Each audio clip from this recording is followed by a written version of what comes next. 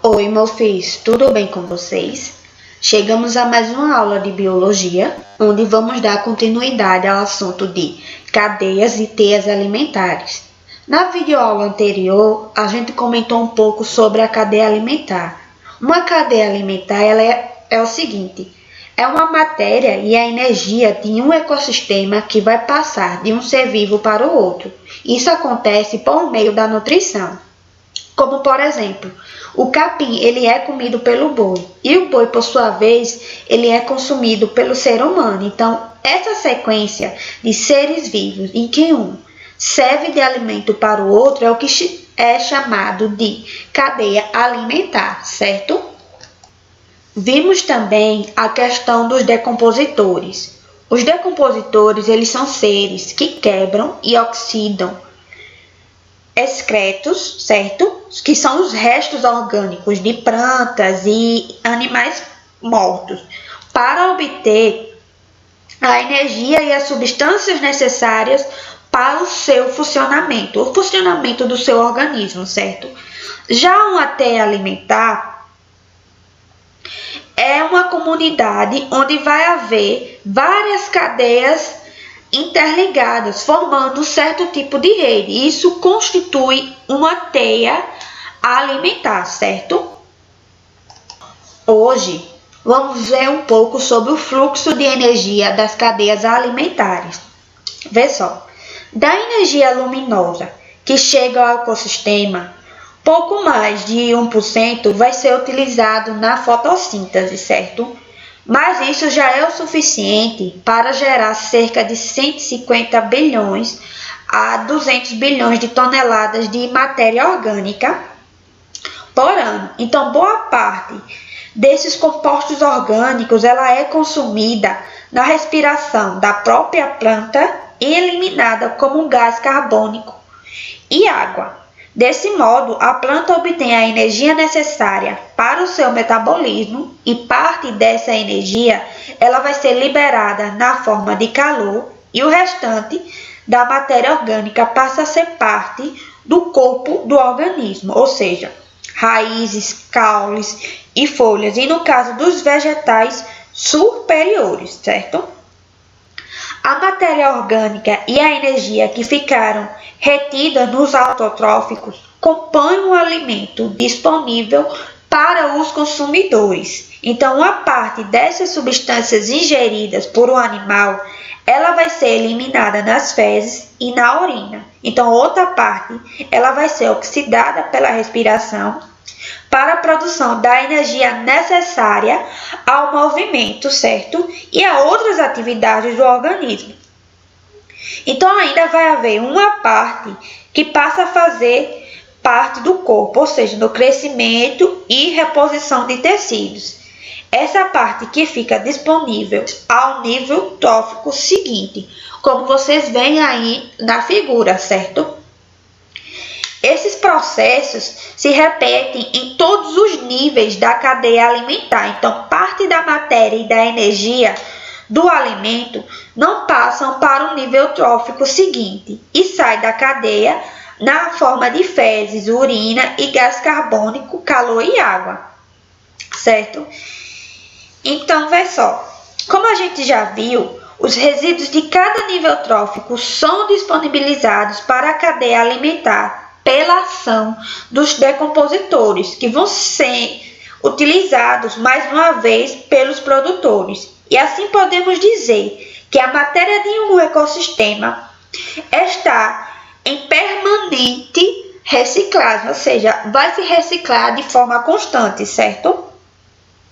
Então, no entanto, parte dessa energia ela é transformada em trabalho celular ou sai do corpo do organismo na forma de calor. Então, esta é uma forma de energia que não pode ser usada na fotossíntese. Então, por isso que o ecossistema ele vai precisar constantemente receber energia de fora e há um fluxo unidirecional de energia que vai dos produtores para os consumidores, como essa imagem está mostrando para vocês, esse fluxo unidirecional de energia, certo? Então, vamos continuar. Vê só, quanto à produtividade dos ecossistemas. A quantidade de matéria orgânica que é produzida pelas plantas de um ecossistema em um certo intervalo de tempo e por determinada área ou determinado volume é o que chamamos de produtividade primária bruta, certo? Que é o total de biomassa ou matéria orgânica produzido pela fotossíntese em uma determinada área por um determinado tempo, certo? Se descontarmos a parte consumida pela própria planta durante a respiração, sobra a chamada produtividade primária líquida, certo? A produtividade pode ser expressa em gramas ou quilogramas de matéria orgânica seca por metro quadrado por ano, certo? Ou por dia. Ela também pode ser expressa em função da energia absorvida ou transferida para determinado nível da cadeia alimentar e expressa em quilocalorias por metro quadrado por ano ou por dia, certo? Vamos ver um pouquinho agora sobre as famigeradas pirâmides ecológicas. Com as pirâmides ecológicas, a gente pode representar os níveis tróficos de uma cadeia alimentar por meio de retângulos sobrepostos que vão formar um certo tipo de pirâmide. Os decompositores eles não são incluídos nas pirâmides. Existem 3 tipos de pirâmides ecológicas: a de número, a de biomassa e a de energia. A primeira que vamos ver agora é a pirâmide de número.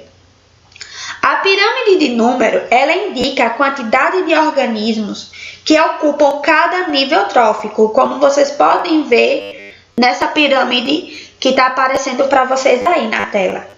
Como em cada nível da cadeia alimentar há uma perda de energia e da matéria disponíveis, apenas uma pequena fração da matéria e da energia chega aos últimos níveis. Isso explica o porquê em que algumas cadeias o número de seres vivos banhidos por essa energia e por essa matéria diminui ao longo dos níveis tróficos, certo? Por exemplo, milhares de pés de capim eles vão sustentar centenas de gafanhotos que alimentam por sua vez dezenas de pássaros. E esses pássaros alimentam por sua vez algumas cobras, certo? Então, em outros casos, há também uma cadeia com os parasitas. Isso ocorre com o inverso, certo? Basta pensar em uma árvore que sustenta vários pulgões, que são parasitas por um grande número de protozoários.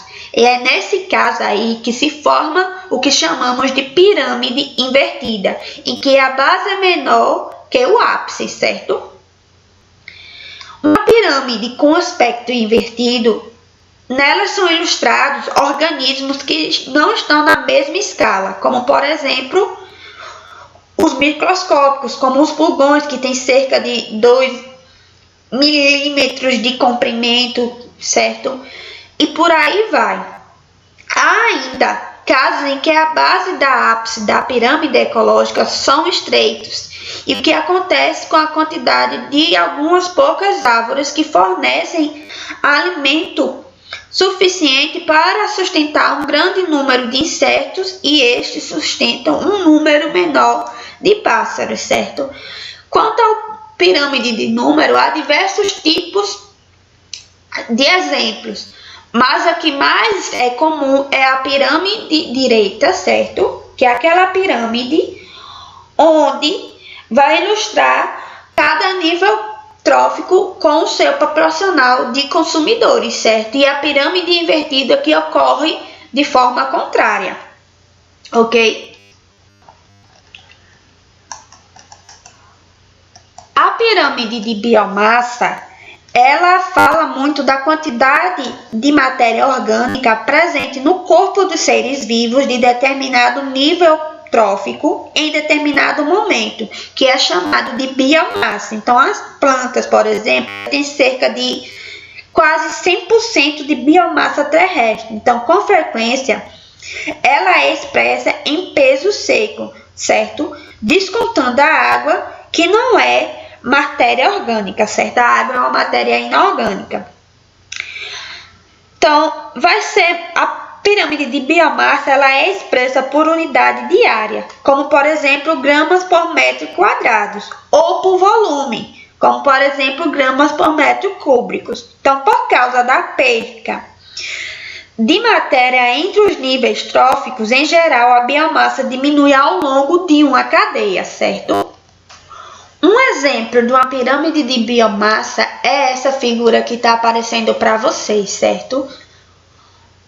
Um ecologista, ele calculou durante um tempo que cerca de 8 toneladas de alfa sustentam 1 tonelada de bezerros, e estes, por sua vez, alimentam um adolescente com cerca de 47 quilogramas no mesmo período. Então, ele aí não vai considerar a passagem do tempo. Em algumas situações, essa pirâmide também pode apresentar um aspecto invertido. Então, por exemplo, em um dado momento, a biomassa das águas microscópicas pode ser menor que a dos consumidores primários. E isso ocorre porque a medição da biomassa não vai considerar a taxa de renovação da matéria orgânica. Se formos considerar um período de tempo, veremos que ao longo de um ano, por exemplo, uma certa quantidade de zooplâncton foi menor do que a de fitoplâncton, certo? Cuja velocidade de reprodução permite ser de uma forma mais rápida a sua renovação, certo? Isso é um exemplo que a pirâmide de biomassa ela não vai considerar a passagem de tempo em algumas situações, não são todas, só algumas, certo?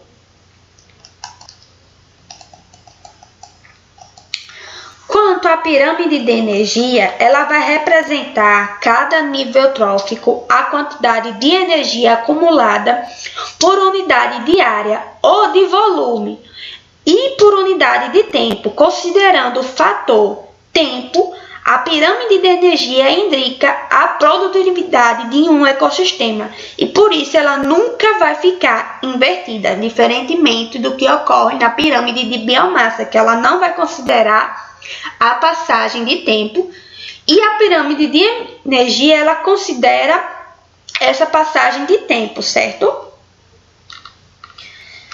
Então, por hoje é só, certo? Então, obrigada pela atenção de vocês, um beijo e até a próxima.